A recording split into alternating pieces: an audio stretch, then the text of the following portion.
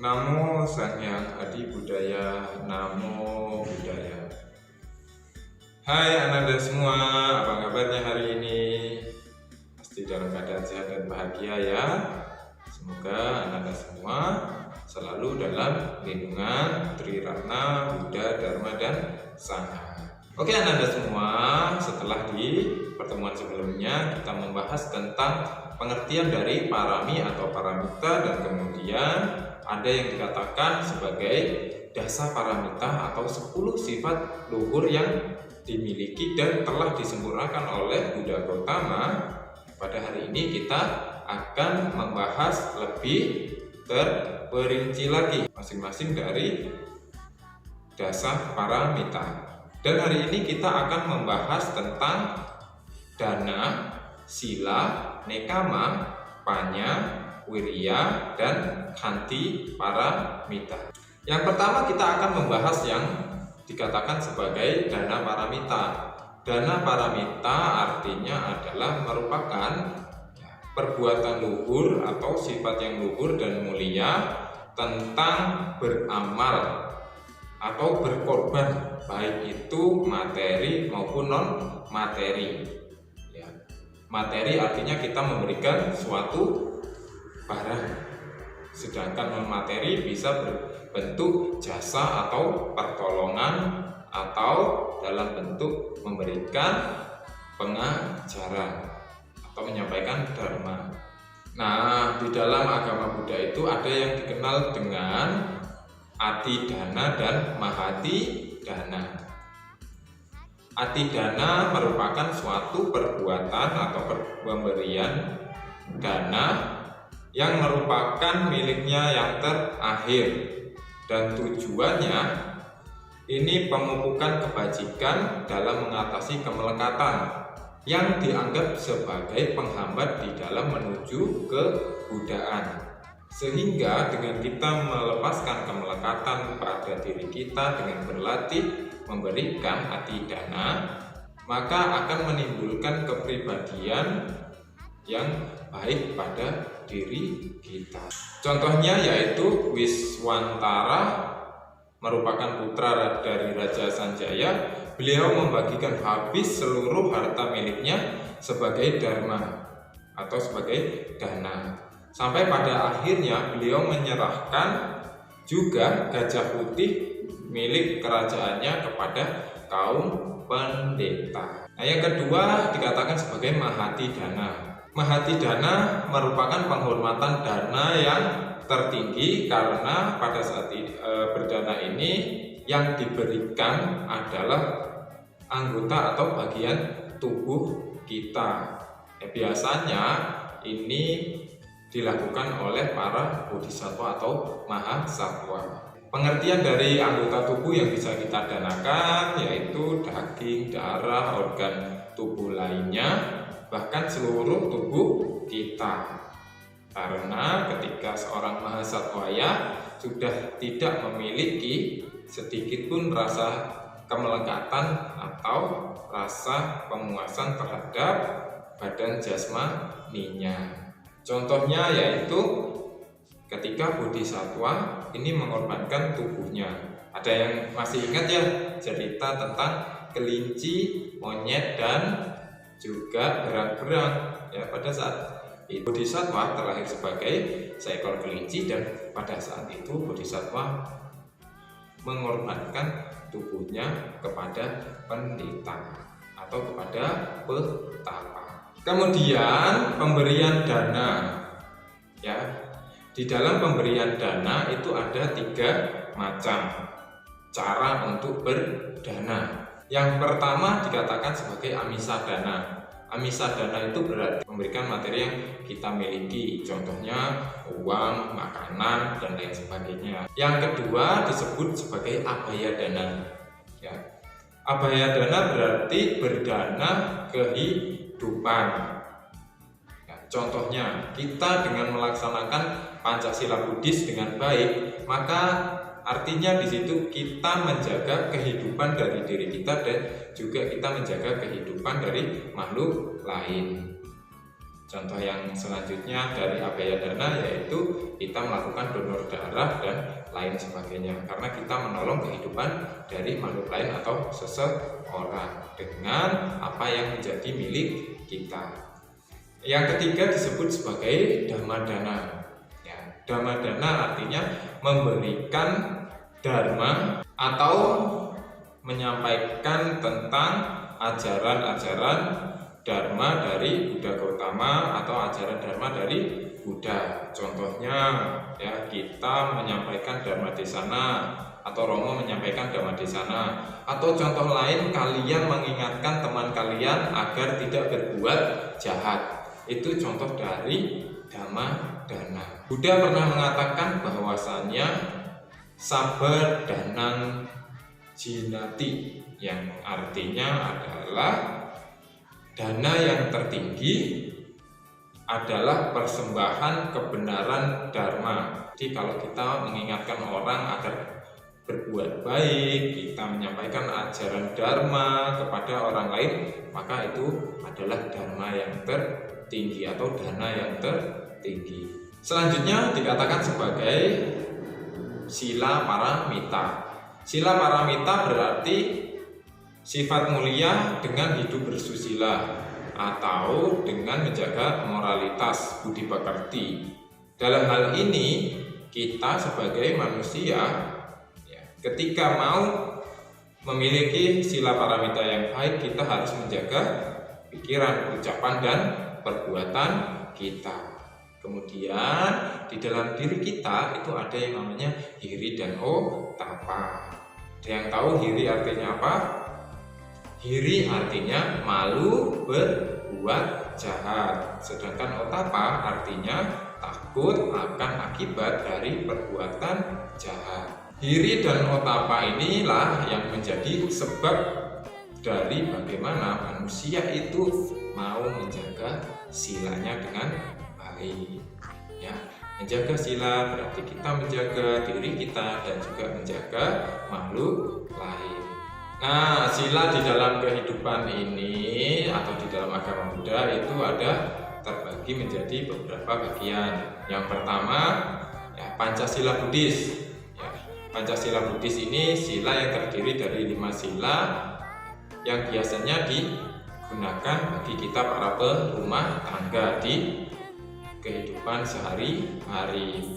Kemudian yang kedua dikenal dengan Atasila. Atasila artinya adalah 8 sila. Sila ini digunakan bagi perumah tangga atau upasaka, upasika ya. Dapat dilakukan dalam keseharian atau di hari-hari biasa, bisa juga ketika hari uposatha. Kemudian ada yang dikenal dengan dasasila ya. Dasasila artinya 10 sila. 10 sila ini biasanya digunakan oleh para samanera dan samaneri. Kemudian yang keempat ada yang namanya Patimokkha-sila. Ya, Patimokkha-sila ini sila yang dijalankan oleh para biku dan bikuni. Selanjutnya kita membahas tentang Nekkhamma paramita. Nekkhamma artinya menghindari dari pemuasan nafsu indria.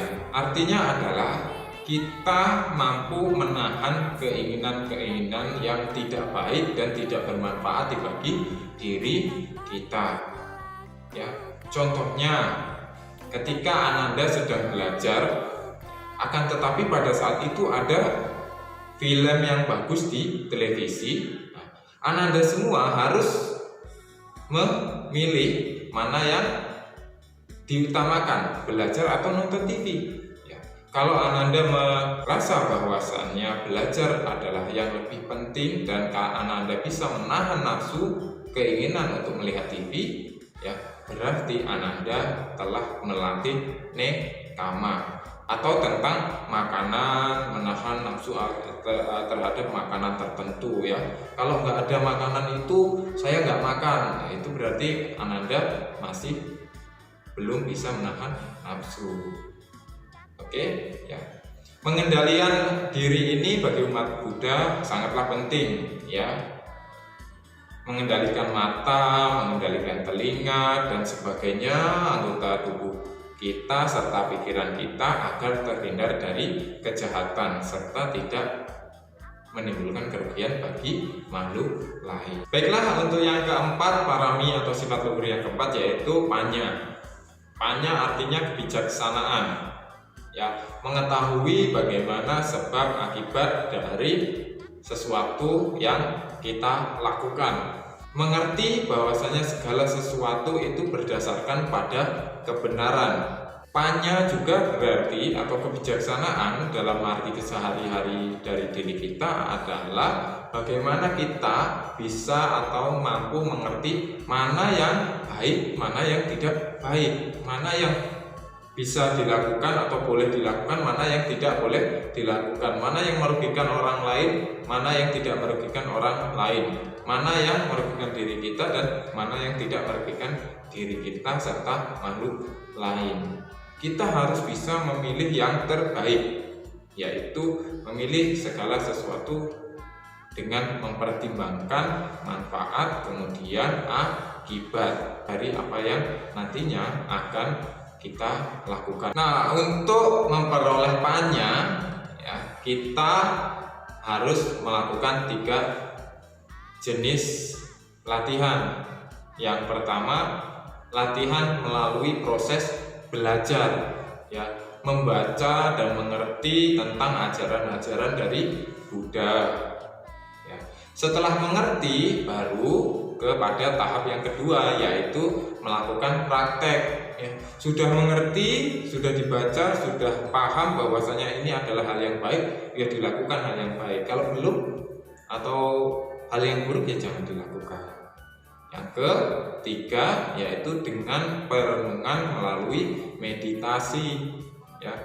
Maka dengan 3 tahap latihan ini kita akan memiliki panya atau memiliki kebijaksanaan. Parami yang kelima yaitu wirya paramita atau keluhuran di dalam semangat, yaitu berusaha dengan sekuat tenaga dan tidak takut adanya rintangan.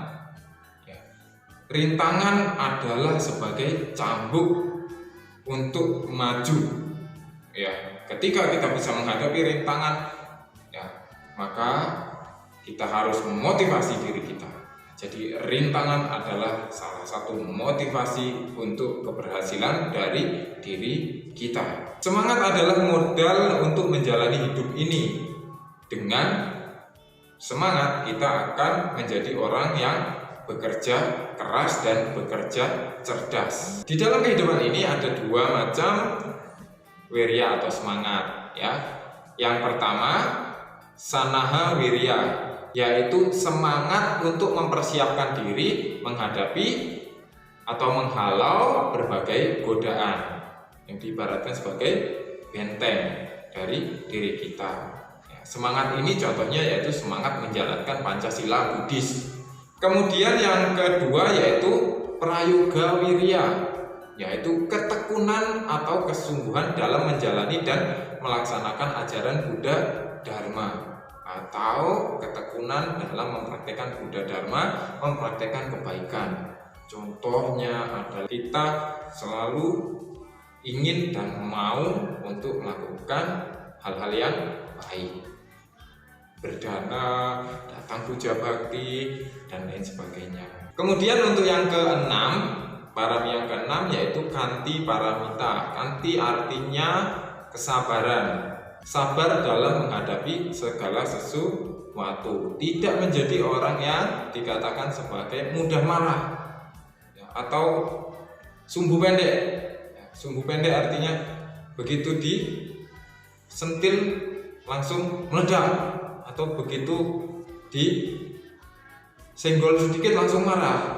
Ya, kanti artinya sabar, sabar di dalam diri, bagaimana kita mampu mengontrol diri kita agar kita tidak menjadi orang yang pemarah, kemudian kita tidak menjadi orang yang pendendam, dan juga kita selalu menjadi pribadi yang baik. Oke anak-anak semua, demikianlah materi yang teacher sampaikan tentang paramita, yaitu dana, sila, nikama, panya, wirya, dan anti paramita. Telah teacher selesai sampaikan, dan untuk selanjutnya teacher berharap anak-anak semua dapat membuat ringkasan atau nantinya teacher akan memberikan tugas kepada Ananda semua. Dan di pertemuan selanjutnya kita akan membahas 4 paramita atau parami yang lainnya.